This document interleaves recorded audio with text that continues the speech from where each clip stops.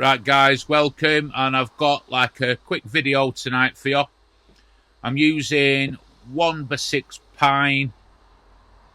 I'm just using some of the stuff I've got left over. I picked these up from a car boot. I went to a car boot sale with Shelley. I saw these. I thought I'll have to have them. £10 a lot. There's some torque, some, wear and wearer. You see tools, you've got to pick them up, haven't you? So I'm just marking out here on this 1x6 pine. It was sort of some leftover pine. Some of it's a bit twisted and a bit cooked and all that kind of stuff. I've got no plans for this. I've seen a picture of a little side table and I just thought, you know what, I'm going to try it and put like a little bit of my own sort of personality into the build. Now, what you'll see near the end, I think I've got this totally wrong. I'm going to admit it from the off. And I'd like to know your comments. So when you see the final sort of reveal of the item at the end, I'd appreciate your comments just to let me know what you actually think. Maybe I'm overthinking it. I don't know. I mean, it was an enjoyable build. Don't get me wrong. And as a prototype, you could call it, for me, for future. I know all the sort of bits that sort of not right and what is right. But overall, I'm happy with it, but I'm not happy with it, if that makes sense. I'm 50-50. I'm on the fence myself. The dimensions, and this is why really I should sort of, I could have, should have planned this out a bit better, this build. But hopefully this is sort of a lesson to all you sort of beginner woodworkers and hobby woodworkers.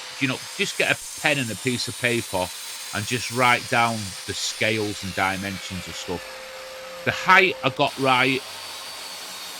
It was just the overall sort of chunkiness of it, the thickness of it, that sort of dimension. So I'm just cutting everything all down now into various strips and sizes. Always be careful around the table saw. I know I always say that. Get your sleeves up. Make sure nothing can get caught on that blade. And that was a tip from a viewer. That's not a tip from me. That's a tip from another viewer. So thank you for that tip. Who sent it in? I think it's time for another push block. That one's a bit past it now. So I will change that out on the next video. I just made some push blocks out of pieces of 4x2 and used dowels to put them glue to put them all together. So there's no metal in there or anything. And when they're done, you just toss them. They'll go in the wood pile for winter.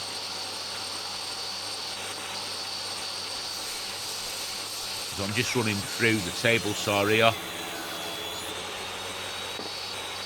It's coming time to maybe buy a new blade for my table saw. I mean, I do use the table saw. I use all my tools quite a lot because I'm doing sort of 2 videos a week.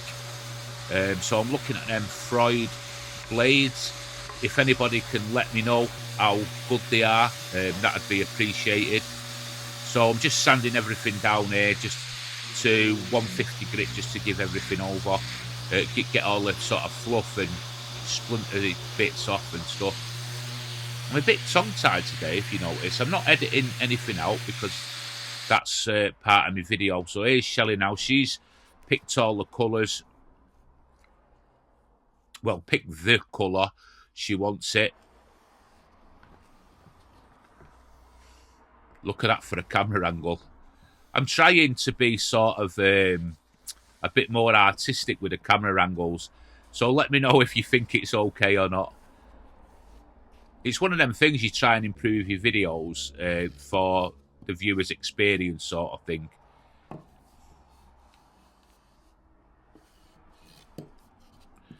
So you can see Shelley dabbing that into the end grains. She'll go over the other side as well and dab that in. Just push that spirit base stain into the end grain. Goes on so well. So even here, I'm not sort of getting a feeling I've done anything wrong with dimensions. I'm thinking everything's sort of hunky-dory, and I think it's the biggest piece of wood it's throwing me out that's sort of tricking my eye, so to speak.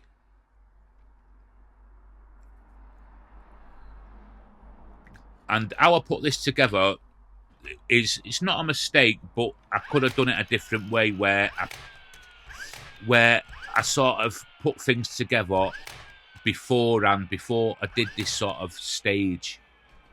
And my nail gun there, I used it for the first time on this build, and it worked amazing. No faults with it. And I've got to say, a massive, massive improvement on that last thing I had. So if you enjoy working in a mess, there was a picture, and I've made a mistake here because I got the board the wrong way around. So I'm just going back over. I took it to bits, and I'm just cleaning bits of glue off, making sure I get all this glue off now, rather than before it's all sort of put back, put together, because I'd never get in to the bits. I'm just marking and gluing. One thing this has taught me is I'm going to make sure everything now. This is the first time for ages I've not done anything with a, where I've wrote the sort of picture down on a piece of paper, what's in my head. And I think I'm being a bit critical on myself. You'll probably say, Billy, you're being a bit too critical on yourself, but that's me. That's the way I am, and that's the way I want to be, because that ultimately will make me a better woodworker and my projects better. And it's one way how I improve. It's just a personal sort of thing. So there's quite a lot of glue in this build. Everything sort of gets glued and screwed and nailed.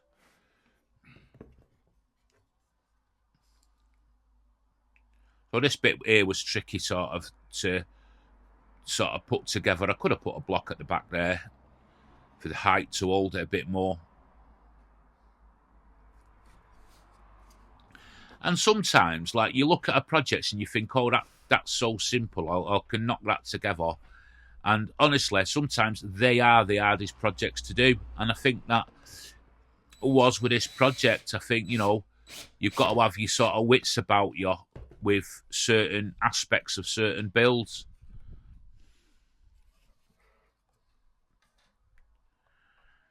You can see it in your head. You think, I can do that. That's an easy knock together project.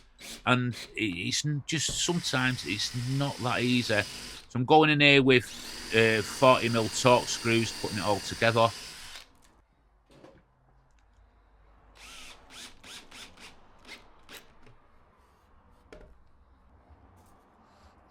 And I've got some pine plugs I'm just using to go over them holes, and they will contrast with that darker wood. Now, here's where I could have screwed that underneath, if that made sense. And this wouldn't have shown. I wouldn't have had to do this step if I'd have done it a different way, sort of 4 or 5 steps back. But I tried to turn that negative into a positive with using contrasting plugs. So just trim all that off. And it was tricky to sort of trim because it was all like really tight spaces. So what I did was just left them a little bit proud. And I'll come back to them with a chisel. So I'm just sanding everything over. I just wanted like a bit of a rusticy sort of vibe going off, even though it's a modern looking piece.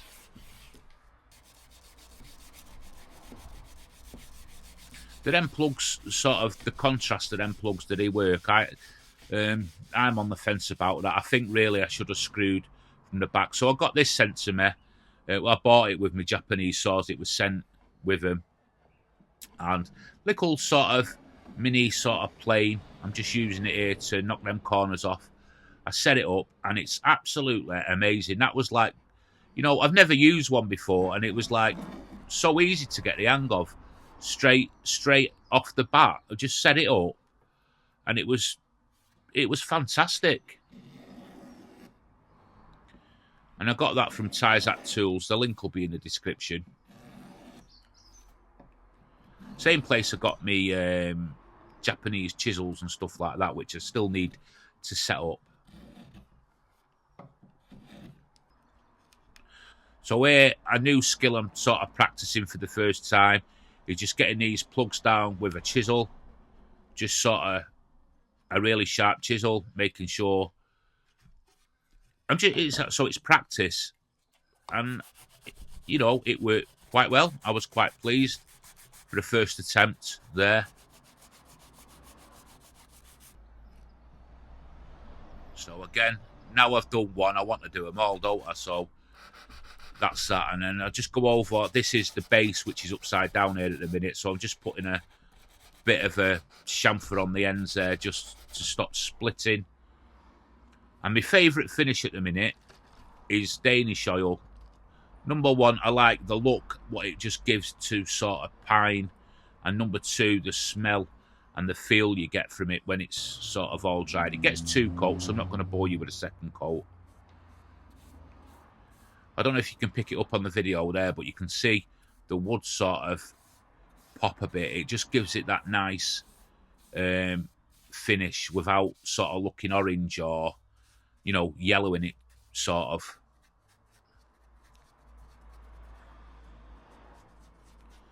And it's best applied, I think, with this foam brush.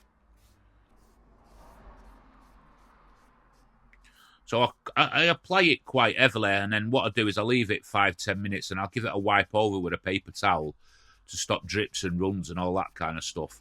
Then I just go over it with like a 500 grit sort of pad I've got, and then I'll go over it with another light coat of the Danish oil, and that's how I do this with this finish. And I do that on all of the things. So here it's finished. It's a little side table. You could use it. There's loads of uses for it, really. But it's the overall top. If you have a look at it, there's not really that much you can get on there. I should have used sort of, you know, 2x6s, which would have beefed it out more. So it would have beefed the top out. And there it's next to a chair. So you see what I mean. But, I mean, it still works. It's still fine. It's just me being overcritical of myself. But let me know what you think. I like the overall look of it. And here's Shelley using it. So you can see there. She's got a cup on there. She likes it. But even she said it could have been done with being a bit chunkier. So let me know in the comments what you think. And let's get on to the next one, guys.